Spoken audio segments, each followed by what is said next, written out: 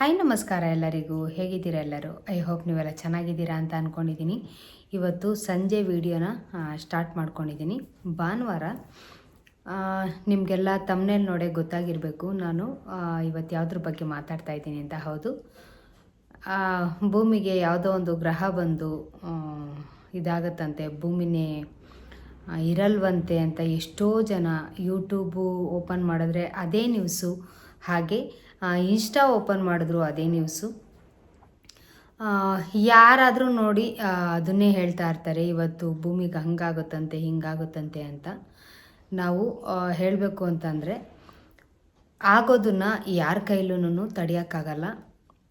ಎಂಥ ಸೈಂಟಿಸ್ಟ್ಗಳು ಅಷ್ಟೇನೆ, ಅವ್ರಿಗೂ ಪ್ರಕೃತಿ ಮುಂದೆ ನಾವು ಏನೇನೂ ಅಲ್ಲ. ನಾವು ಸಣ್ಣ ಒಂದು ಧೂಳಿಂದು ಸಮ ಅಂತಲೇ ಹೇಳ್ಬೋದು.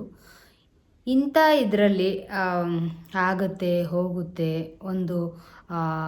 ಇದರಲ್ಲೇ ಭೂಮಿ ಮೇಲೇ ನಾನಾ ಥರದವು ಒಂದು ವಸ್ತುಗಳು ಓಡಾಡ್ತಾ ಇರ್ತವೆ.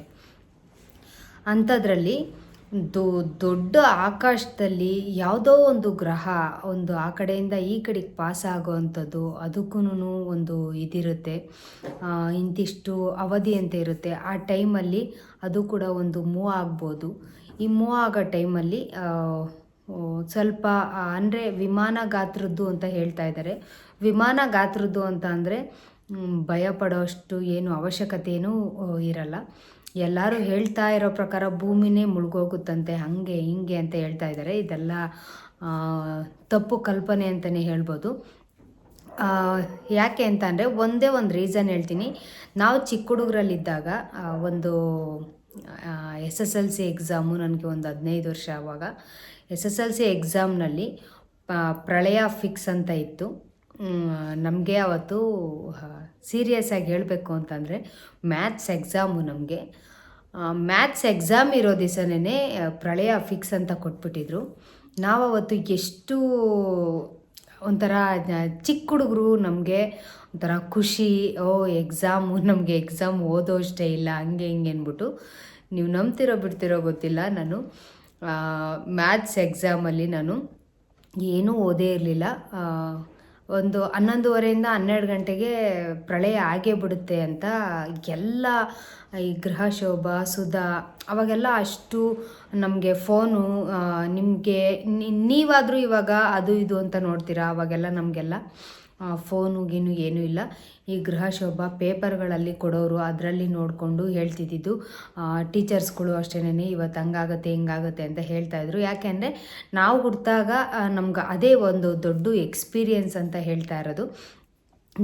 ನಾನೇನು ಮಾಡಿದೆ, ನನ್ನ ಜೊತೆಗಿದ್ದವ್ರ ಫ್ರೆಂಡ್ಸ್ಗಳೆಲ್ಲ ಏನು ಮಾಡಿದ್ರು, ಮ್ಯಾಥ್ಸ್ ಎಕ್ಸಾಮು ಪಬ್ಲಿಕ್ ಎಕ್ಸಾಮು, ಅದು ಲಾಸ್ಟ್, ಅದು ಬರಿಬೇಕಾಯಿತು. ನಾವು ಎಂಥ ಇದು ಅಂತ ಅಂದರೆ, ಇನ್ನೇನು ಎಲ್ಲರೂ ಹೋಗ್ಬಿಡ್ತೀವಲ್ಲ, ಏನಕ್ಕೆ ಓದಬೇಕು ಅಂತ ಅಂದ್ಬಿಟ್ಟು ನಾವು ಓದೋಕ್ಕೆ ಹೋಗಿರಲಿಲ್ಲ. ಹೇಳಬೇಕು ಅಂತಂದರೆ 12 ಗಂಟೆ ಆಯಿತು, ಏನೂ ಆಗಲೇ ಇಲ್ಲ. ನಾವಂತೂ ಬರದೇ ಇಲ್ಲ, ಎಕ್ಸಾಮೇ ಬರೆದಿಲ್ಲ.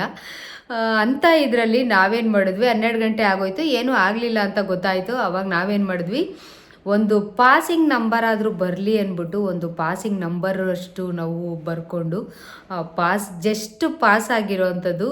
ಮ್ಯಾಥ್ಸಲ್ಲಿ ಹೇಳಬೇಕು ಅಂದರೆ ಬರೀ 35 ತಗೊಂಡು ನಾವು ಪಾಸ್ ಆಗಿರೋವಂಥದ್ದು. ಇಂಥ ವಿಚಾರಗಳೆಲ್ಲ ಇರ್ತವೆ. ಇದನ್ನೆಲ್ಲ ನಾವು ತಲೆಗೆ ಹಾಕ್ಕೊಂಡಾಗ ಆಗೇ ಬಿಡುತ್ತೆ ಹಂಗೆ ಹಿಂಗೆ ಅಂತ. ಯಾಕೆಂದರೆ ಇದು ದೊಡ್ಡ ರೀಸನ್ ಅಂತಲೇ ಹೇಳ್ಬೋದು. ಇಂಥವನ್ನೆಲ್ಲ ನಾವು ಕೂಡ ಆವಾಗಲಿಂದಲೂ ನೋಡ್ಕೊಂಡು ಬಂದಿರೋ ಅಂಥದ್ದು. ಯಾವುದೇ ಕಾರಣಕ್ಕೂ ಈ ಗ್ರಹ ಅನ್ನೋದೇನಿದೆ ಒಂದು ನಮ್ಮ ಭೂಮಿ ಮೇಲೆ ತುಂಬ ಹತ್ತಿರದಲ್ಲೇ ಹಾದು ಹೋಗ್ಬೋದು, ಇದರಲ್ಲೇನು ತೊಂದರೆ ಇರಲ್ಲ.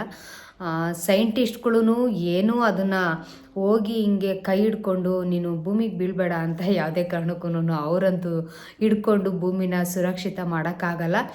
ಹಂಗಂತ ಇದ್ದರೆ ತಮಿಳ್ನಾಡಲ್ಲಿ ಅವಾಗೆಲ್ಲ ಸುನಾಮಿ ಆಯಿತು, ನಿಮಗೆ ಗೊತ್ತಿರ್ಬೋದು. ಸುನಾಮಿ ಎಷ್ಟು ದೊಡ್ಡ ಮಟ್ಟದಲ್ಲಿ ಆಯಿತು ಅಂತಂದರೆ ಎಷ್ಟು ಸಾವಿರ ಜನ ಎಷ್ಟು ಮನೆಗಳನ್ನ ಕಳ್ಕೊಂಡ್ರು, ಪ್ರಾಣನ ಕಳ್ಕೊಂಡ್ರು, ಸುಮಾರು ಜನ ಸತ್ತೋದ್ರು. ಹಂಗಿದ್ದಿದ್ದರೆ ಅದನ್ನೆಲ್ಲ ತಡಿಬೋದಾಯಿತು. ಅದರಿಂದ ಏನೂ ಆಗಲ್ಲ. ಹೇಳಬೇಕು ಅಂತಂದರೆ ಪ್ರಕೃತಿ ಮುಂದೆ ನಾವು ಏನೇನೂ ಅಲ್ಲ. ಅದಕ್ಕೆ ನಾವು ಎಷ್ಟು ಚೆನ್ನಾಗಿ ಪ್ರೀತಿ ಕೊಡ್ತೀವೋ ಅಷ್ಟು ಚೆನ್ನಾಗಿ ನಮ್ಮನ್ನು ನೋಡ್ಕೊಳ್ಳುತ್ತೆ, ಅಷ್ಟು ಬಿಟ್ಟರೆ ಬೇರೆ ಏನೂ ಇಲ್ಲ ಅಂತ ಹೇಳ್ತಾ ಈ ವಿಡಿಯೋ ಖಂಡಿತವಾಗ್ಲೂ ಇಷ್ಟ ಆಗುತ್ತೆ ಅಂತ ಅಂದ್ಕೊಂಡಿದ್ದೀನಿ. ಯಾರೆಲ್ಲ ಭಯ ಪಡ್ತಾ ಇದ್ದೀರೋ ಖಂಡಿತವಾಗ್ಲೂ ಯಾರು ಭಯ ಪಡಬೇಡಿ. ಹೋಗೋದು ಒಂದಿನ, ಇರೋದು ನಮಗೆ ಜೀವನದಲ್ಲಿ ಏನು ಮಾಡಬೇಕು ಏನು ಬಿಡಬೇಕು ಅನ್ನೋ ಗೊಂದಲದಲ್ಲೇ ಇರ್ತೀವಿ. ಹೋಗೋದಾದರೆ ಎಲ್ಲರೂ ಒಟ್ಟಿಗೆ ಹೋಗ್ಬೋದು. ಕನಸುಗಳಿರ್ತವೆ, ಎಲ್ಲರಿಗೂ ಕನಸುಗಳಿರ್ತವೆ. ಮನೇಲಿ ಮಕ್ಳಿಗಾಗಿರ್ಬೋದು, ಅವ್ರಿಗೆ ಇವ್ರಿಗೆ ಎಲ್ಲರಿಗೂ ಕನಸುಗಳಿರ್ತವೆ. ನಿಜ, ಎಲ್ಲರೂ ಒಟ್ಟಿಗೆ ಹೋಗೋದಾದರೆ ನಾವ್ಯಾಕೆ, ನಾವು ಉಳಿದು ಏನು ಮಾಡಬೇಕು, ಏನು ಸಾಧನೆ ಮಾಡಬೇಕು ಅನ್ನೋದು ಗೊತ್ತಿಲ್ಲ ನಮಗೆ. ಹೋಗೋದಾದರೆ ಎಲ್ಲರೂ ಒಟ್ಟಿಗೆ ಹೋಗೋಣ. ಇದರಲ್ಲಿ ಯಾರು ಒಳ್ಳೆಯವರು ಕೆಟ್ಟವರು ಅದನ್ನೆಲ್ಲ ಎಲ್ಲನೂ ಇದಾಗಿ ಒಂದು ಗುಂಪಾಗಿ ಸೇರಿಕೊಂಡು ಎಲ್ಲರೂ ಹೋಗ್ತೀವಿ ಅಷ್ಟೇನೆ. ಇದರಲ್ಲಿ ಯಾವುದೇ ಥರದ್ದು ಭಯನೂ ಪಡೋಷ್ಟು ಏನಿಲ್ಲ ಅಂತ ಹೇಳ್ತಾ, ಈ ವಿಡಿಯೋ ಖಂಡಿತವಾಗ್ಲೂ ಇಷ್ಟ ಆದರೆ ನಿಮಗೆ ಲೈಕ್ ಮಾಡಿ, ಶೇರ್ ಮಾಡಿ, ಹಾಗೆ ಹೊಸದಾಗಿ ನೋಡ್ತಾ ಇದ್ದರೆ ಚಾನಲ್ನ ಸಬ್ಸ್ಕ್ರೈಬ್ ಮಾಡ್ಕೊಳ್ಳಿ ಅಂತ ಹೇಳ್ತಾ ಮುಂದಿನ ಹೊಸ ವಿಡಿಯೋದೊಂದಿಗೆ ಸಿಗ್ತೀನಿ. ಅಲ್ಲಿವರೆಗೂ ನಿಮಗೆಲ್ಲ ಟೇಕ್ ಕೇರ್, ಬಾಯ್.